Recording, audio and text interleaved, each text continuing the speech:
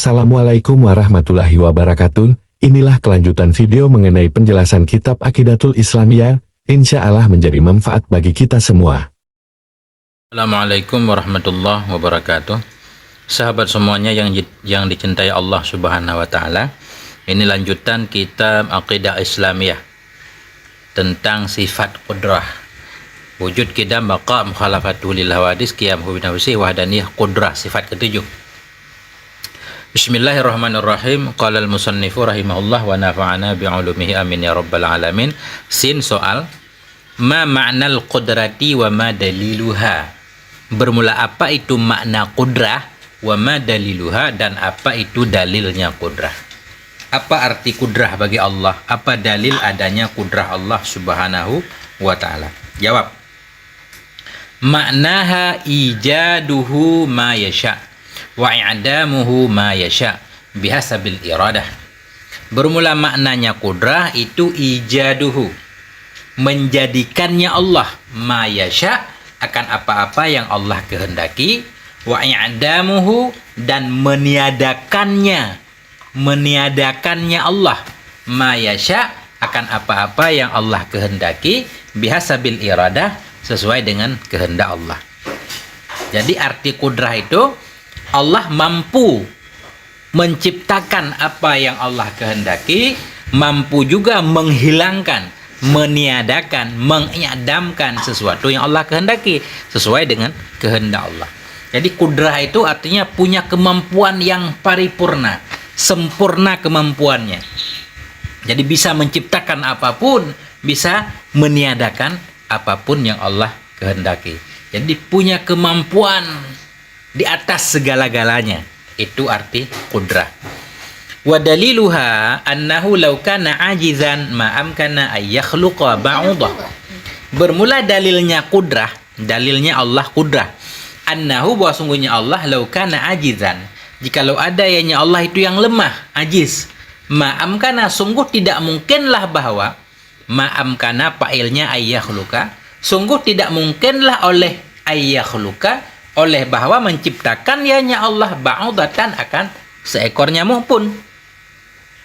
Nah, dalil Allah memiliki kudrah apa? Karena jikalau kita bilang, kita menyatakan bahwa Allah ini lemah, sungguh Allah tidak mungkin menciptakan alam ini.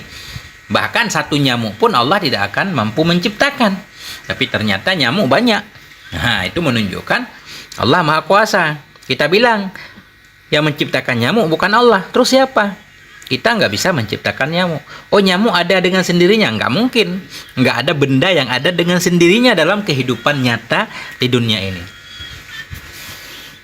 Qala ta'ala, berfirmanlah oleh Allah Subhanahu wa ta'ala dalam kitab Al-Quran, innallaha ala kulli syai'in qadir, sesungguhnya Allah terhadap segala sesuatu itu qadirun, maha kuasa. Jadi Allah maha kuasa. Kekuasaan Allah di atas segala-galanya, mampu melakukan apa yang Allah inginkan. Lanjut, sifat ke-8, sin. Ma ma'nal iradati wa ma daliluha. Bermula apa itu makna iradah, wa ma daliluha, dan apa itu dalilnya iradah. Nah, apa sih arti iradah? Nah, dalam bahasa kita, iradah ini punya kehendak yang bebas. Kehendaknya bebas, enggak pernah terpaksa. Wa ma daliluha, dan apa itu dalilnya iradah? Jim jawab. Maknaha takdiru syai' qabla ijadih. Bermula maknanya iradah itu takdiru syai'i, mengukur sesuatu, mampu mengukur sesuatu qabla ijadih, sebelum menjadikannya. Jadi takdir itu bisa kita artikan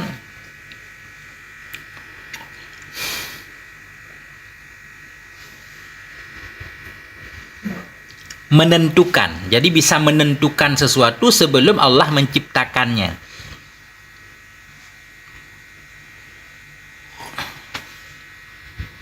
Hampir sama kudrah, tapi ini bukan kudrah. Ya, tapi ini iradah. Iradah itu punya kehendak bebas. Ya.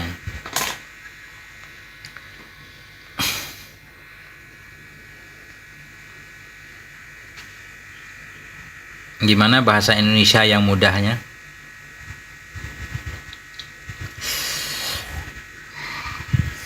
memperhitungkan. Nah, takdirus syai'. Allah itu mampu memperhitungkan sebelum menciptakan sesuatu. Bisa mengukur dari sesuatu. Apa yang Allah pengen ciptakan? Apa yang Allah pengen ciptakan itu Allah menginginkan dalam bentuk yang bagaimana, itu Allah mampu. Nah, itu iradah. Iradah kehendak bebas. Ketika Allah pengen menciptakan sesuatu, Allah bisa menginginkan, bisa menentukan bagaimana yang Allah pengenkan. Nah, itu arti iradah. Iradah itu takdirus syai'. Bisa menentukan sesuatu, bisa mengukur sesuatu sebelum dijadikan. Ya.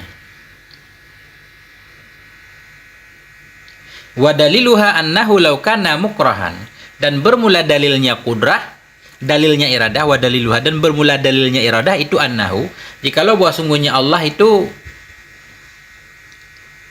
dan bermula dalilnya iradah itu annahu, bahwa sungguhnya Allah law kana, jikalau adanya Allah itu mukrahan, yang terpaksa, lakana ajizan, sungguh adanya Allah itu yang lemah. Walau kana ajidan, dan jikalau adanya Allah itu yang lemah, lama wujidat hadhil makhlukat, sungguh tidak didapatkan akan ini makhluk. Jadi begini, iradah itu punya kehendak bebas, bisa menentukan apapun yang akan dia ciptakan.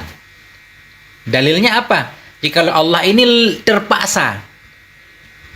Jadi dalam kehidupan nyata di dunia ini, bos biasanya, kan sering ucapan, namanya bos mah bebas. Bos itu bebas menentukan apa yang dia inginkan. Kalau kita karyawan itu terpaksa apapun yang kita lakukan itu di bawah tekanan. Nah, jadi itu lawan dari iradah. Jikalau Allah ini kita bilang mukrahan, terpaksa, semuanya ditentukan oleh yang lain, bukan ketentuannya sendiri. Berarti Allah lemah. Kalau lemah tidak bisa menjadi Tuhan. Walau kana ajidan lama wujidat hadhil makhlukat. Jikalau adanya Allah itu lemah, sungguh tidak ada makhluk ini.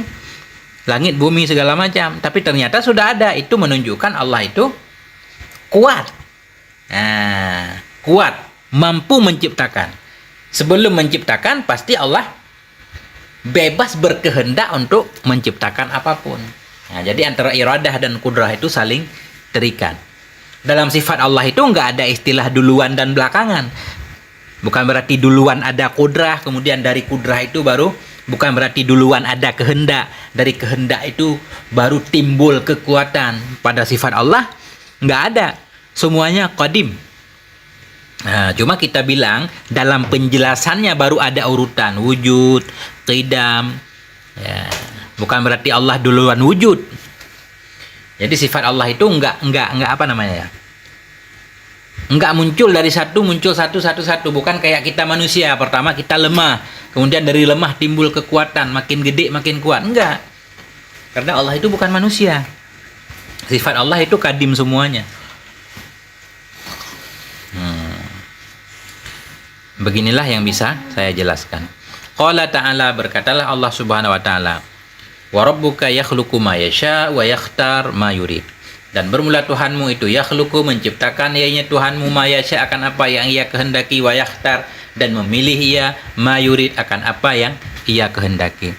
Jadi Allah itu bisa menciptakan apa yang Allah kehendaki. Allah bebas memilih apa yang Allah kehendaki untuk diciptakan. Jadi Allah itu punya kekuasaan di atas segalanya, punya kebebasan dalam berkehendak, tidak berada di bawah tekanan siapapun. Nah, mungkin begitu, lebih kurang. Kemudian langsung selanjutnya, ma ma'nal sin, ma ma'nal ilmi wa ma daliluhu. Bermula apa itu makna ilmu dan apa dalilnya ilmu. Apa makna ilmu yang ada pada Allah Subhanahu wa taala? Apa dalilnya? Jim jawab.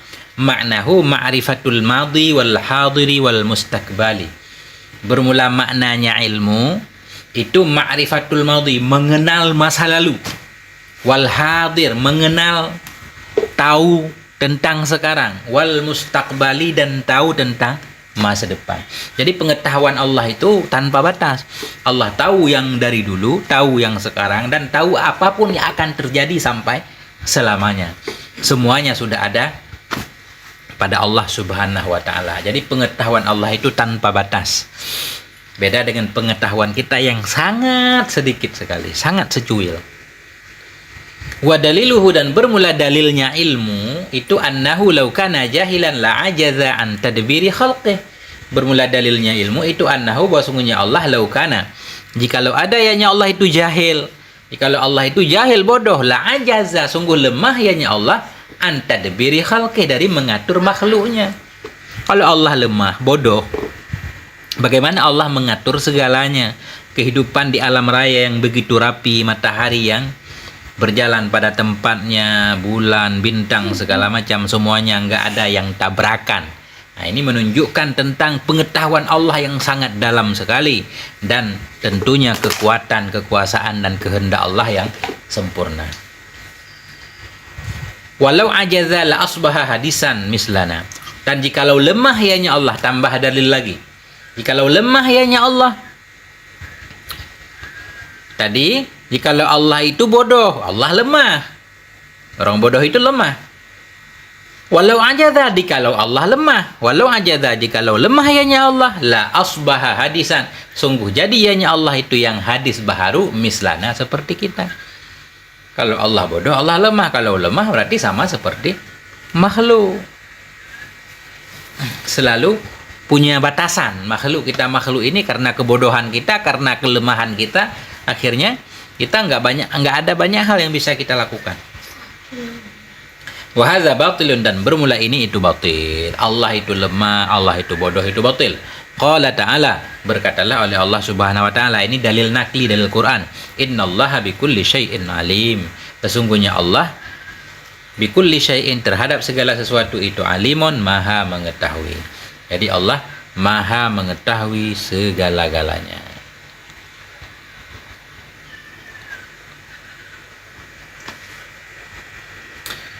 Soal, ma ma'nal hayati wa ma daliluha, bermula apa itu makna hayah, wa ma daliluha, dan apa dalilnya hayah. Sifat Allah yang selanjutnya yang wajib yaitu hayah. Ya, apa makna hayah? Apa dalilnya? Jawab. Maknaha annallaha hayyun baqin. Bermula maknanya hayah itu annallah, bahwa sungguhnya Allah itu hayyun, maha hidup, baqin, lagi yang kekal abadi. Nah, jadi arti hayah itu hidup, maha hidup, dan kekal abadan abadi. Baqin itu kayak madin, baqiyun. Nah, baqiyun, jadi hayyun baqin. La yalhaquhu adamun. Bermula maknanya hayah itu annallah, bahwa sungguh Allah itu hayyun baqin, maha hidup lagi yang kekal. La yalhaquhu, tidak terhubung akannya Allah oleh adamun, oleh ketiadaan. Nah, arti hayah itu hidup, Allah kekal, tidak akan pernah tidak ada di masa depan. Ya, arti hidup senantiasa abadan abadi.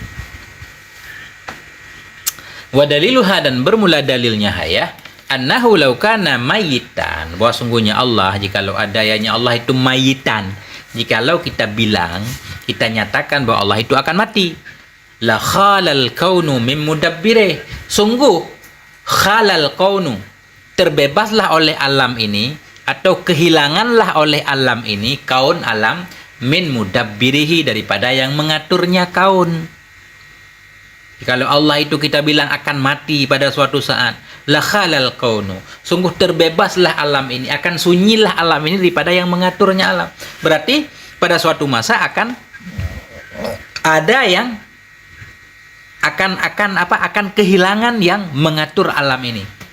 Kalau alam tidak ada yang mengaturnya, pasti akan hancur. Fayafsudu bila syakin, maka akan binasa ianya kaun, ianya alam, bila syakin, dengan tanpa diragukan. Orang mobil aja kalau nggak ada supirnya pasti akan tabrakan. Apalagi alam raya ini, benda-benda langit yang sangat banyak sekali yang beredar pada tempatnya mengikuti aturan. Nah, itu pasti ada yang mengurusnya, yang mengaturnya. Itulah Allah Subhanahu wa taala yang hidup selama-lamanya. Qala ta'ala, berkatalah Allah Subhanahu wa taala, Allahu la ilaha illa huwa al-hayyul qayyum. Allah itu tidak ada ilah kecuali Dia. Al-hayyu, lagi yang maha hidup. Al-qayyum, lagi yang berdiri sendiri, tidak butuh kepada apapun. La ta'khuduhu sinatun wala naum. Tidak mengambil akannya Allah oleh sinah, oleh rasa mengantuk, wala naumun, tidak pula oleh tidur. Allah tidak butuh kepada tidur dan Allah tidak mengantuk. Karena mengantuk, tidur itu sifat manusia, sifat makhluk yang butuh kepada makan dan minum. Jadi sebutlah bahwa Allah itu hidup. Sampai di sini dulu. Semoga ada manfaatnya. Mohon maaf atas segala kekurangan. Wassalamualaikum warahmatullahi wabarakatuh.